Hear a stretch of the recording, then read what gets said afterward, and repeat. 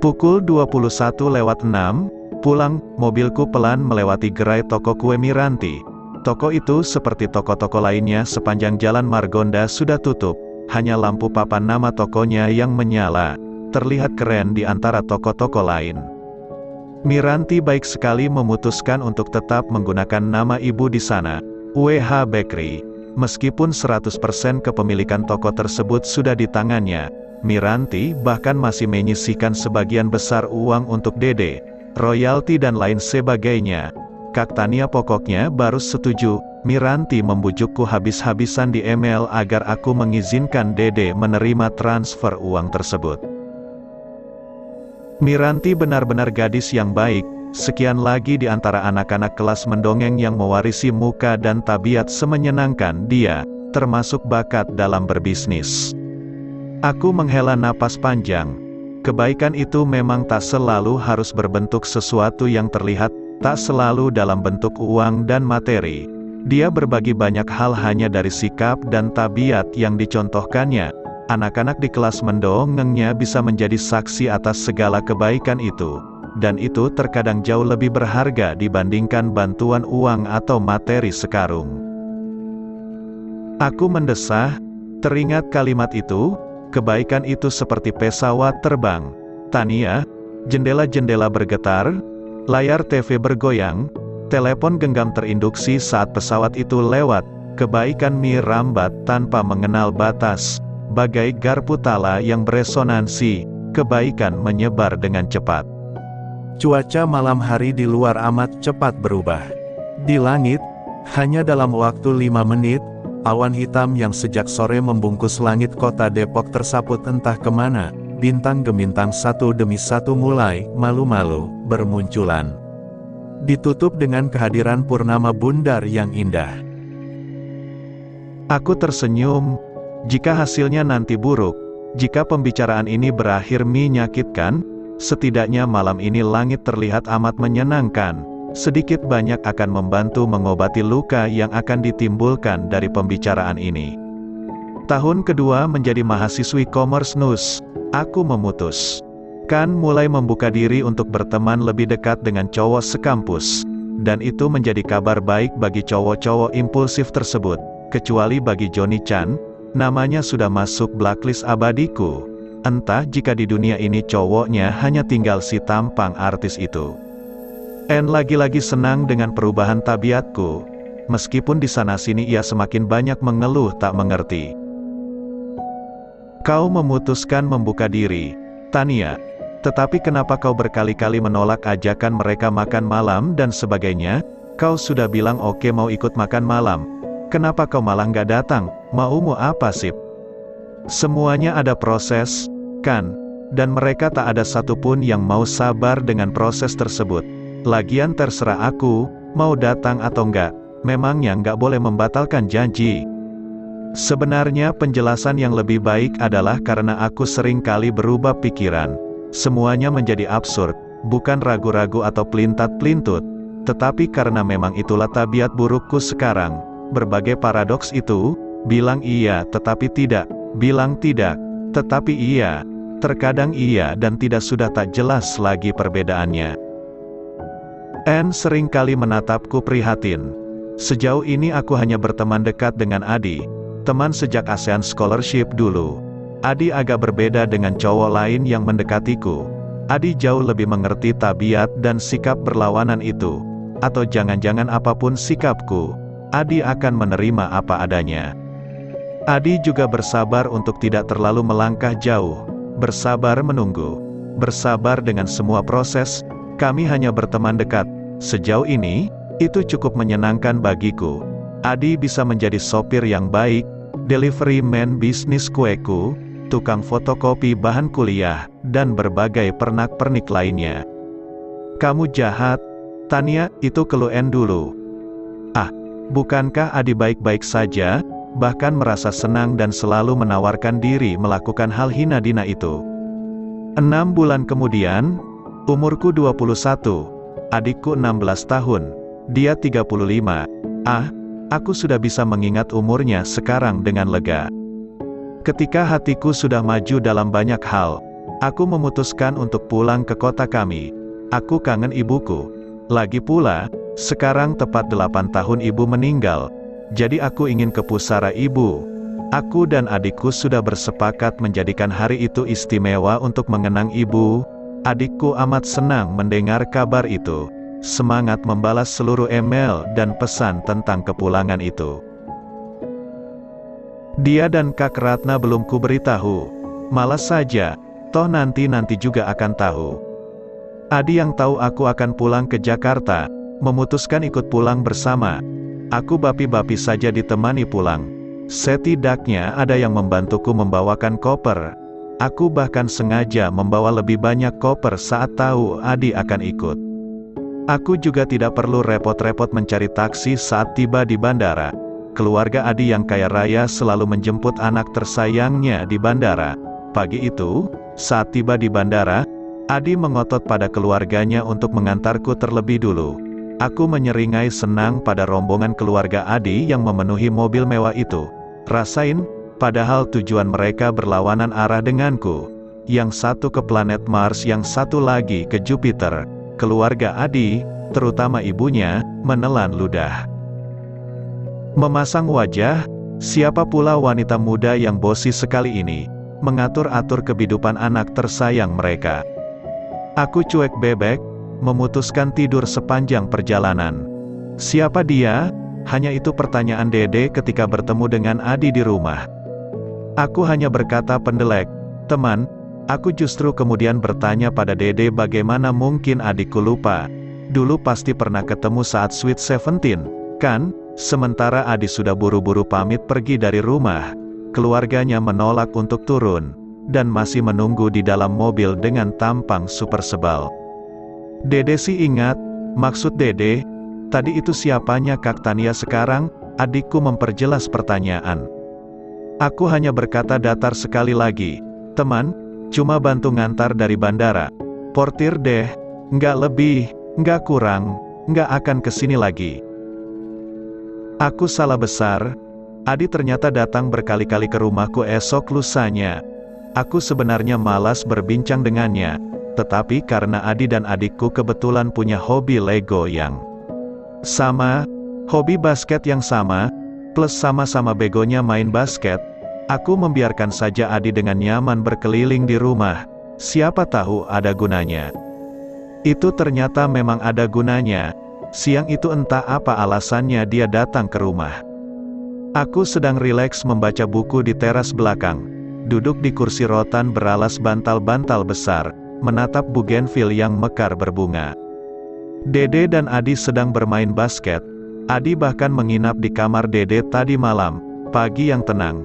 Kami sama sekali tidak sadar dia datang. Mobilnya masuk pelan tak bersuara di halaman depan.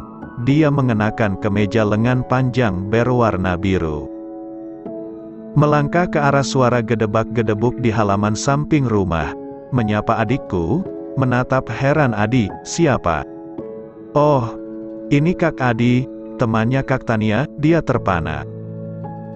Tania, Dede menelan ludah, berpikir cepat, kalau begitu Kak Tania tidak bilang-bilang pada Om Danar kalau pulang sekarang. Iya, Kak Tania, tuh ada di teras belakang, Dede menunjuk kaku.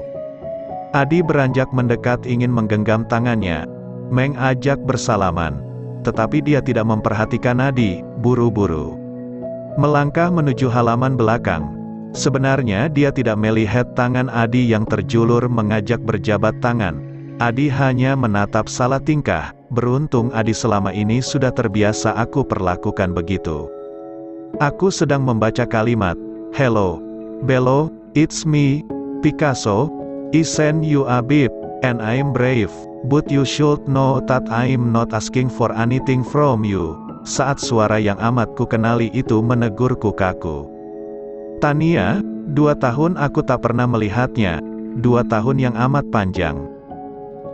Jangankan melihat, say Bello melalui layar laptop pun tidak, 2 tahun aku menghindarinya.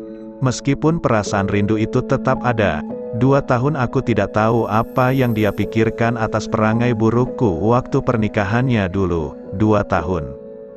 Buku di tanganku terlepas. Ya Tuhan, Sebenarnya aku tabu, cepat atau lambat kami pasti bertemu. Tetapi aku sama sekali tidak akan menduganya secepat ini. Paling baru ketemu besok saat mengenang 8 tahun kematian ibu di Pusara. Ketika aku sudah menyiapkan berbagai amunisi perasaan untuk bertemu dengannya. Tubuhku langsung kaku. Amat berat leherku menoleh, seperti diganduli beban berkilo-kilo. Kakiku seperti diikat sejuta tali temali saat beranjak berdiri. Dia menatapku, tersenyum. Senyuman itu kaku, amat kaku, tidak pernah seperti itu. Aku menggigit bibir, wajah di hadapanku sedikit pun tidak berubah, garis-garis dewasa dan matangnya lah yang terlihat menebal. Cahaya matanya memang sedikit memudar, itu mungkin tertutup oleh keterkejutannya. Dia melangkah mendekat, ya Tuhan, aku malah hendak refleks melompat mundur. Beruntung di detik terakhir, aku berhasil memaksakan kakiku tetap bertahan. Dia memelukku, itu pelukan kaku. Aku tak bereaksi, hanya basa-basi balas mendekapnya, memaksakan bibir menyungging senyum. Kapan kau pulang? Dia bertanya. Pertanyaan itu juga kaku. Aku menelan ludah. Ya Tuhan, cepat sekali terbentuk jarak di antara kami, seperti bumi yang merekah, membuat kami berdiri 10 langkah dengan lubang dalam menganga di tengah-tengahnya. Aku ingin sekali menyambutnya seperti pelukan di Bandara Changi dulu, seperti saat Sweet 17. Bukankah aku masih adiknya? Bukankah dia masih kakakku? Dan aku bisa merangkai pembicaraan ini seperti adik yang baik kepada kakaknya yang mengagumkan. Adik dan kakak yang telah 2 tahun tak bertemu. Aku tak tahu seperti apa perasaan dan apa yang dipikirkannya sekarang. Mungkin masih belum nyaman semenjak ketidakhadiranku 2 tahun silam di pernikahannya. Dia masih kaku untuk memperlakukan aku seperti apa adanya. Seharusnya aku bisa dan berusaha membuat pertemuan ini jauh lebih menyenangkan. Tadi Kak Danar nanya apa? Aku menelan ludah, mencoba mengingat pertanyaannya. Dia tertawa kecil, tawa itu, kapan kau pulang? 2 hari lalu, lagi libur semester, 8 tahun pemakaman ibu. Kangen, aku berusaha serileks mungkin. Kalimatku keluar tak runtun, apalagi rapi, tetapi itu membantu banyak untuk mencairkan situasi. Dia mengangguk. Seharusnya kau bilang, setidaknya aku dan Ratna bisa menyiapkan sesuatu. Buru-buru, maaf. Dia menggeleng. Tak apa-apa. Lama kita tidak bertemu ya. 2 tahun? Dia menghela napas panjang, cahaya mukanya berubah. Dan mendadak aku tersentuh, itulah raut mukanya dulu saat menjemputku di bandara waktu libur SMP. Raut muka saat Sweet 17, raut muka saat memujiku, raut muka saat menegurku di atas bus, raut muka saat membersihkan luka di kakiku, membalutnya, raut muka itu. Dan semua batas yang ada di hatiku berguguran seketika. Siapapun dia sekarang, milik siapapun dia sekarang, ya Tuhan, dia tetap kakakku, tetap malaikat kami. Mataku berdenting air, berkaca-kaca. Aku tak seharusnya memiliki jarak ini. Aku tak sepantasnya membuat semua ketidaknyamanan ini. Benar, seharusnya akulah yang lebih dulu mengirimkan email dan chatting.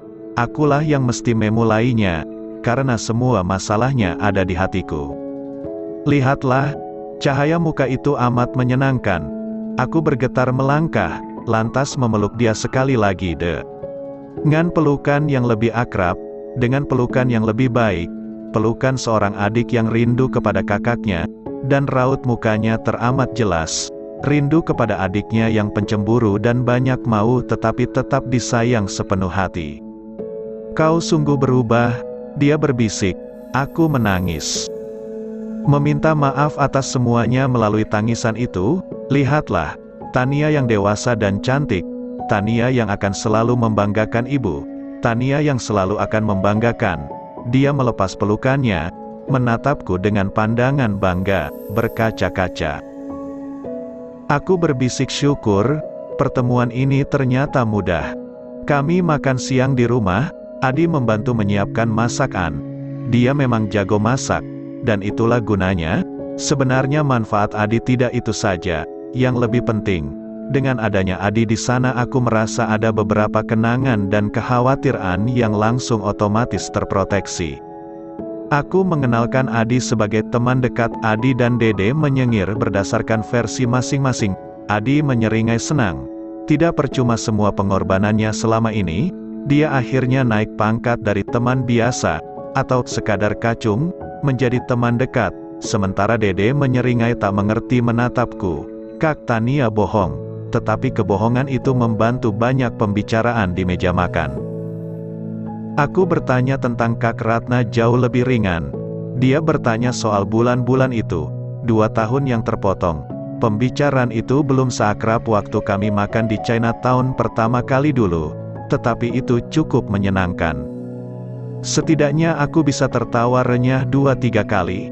Besoknya, persis 8 tahun kematian ibu, aku, adikku, dan Adi, yang pagi-pagi sudah datang ke rumah, pergi ke pusara ibu.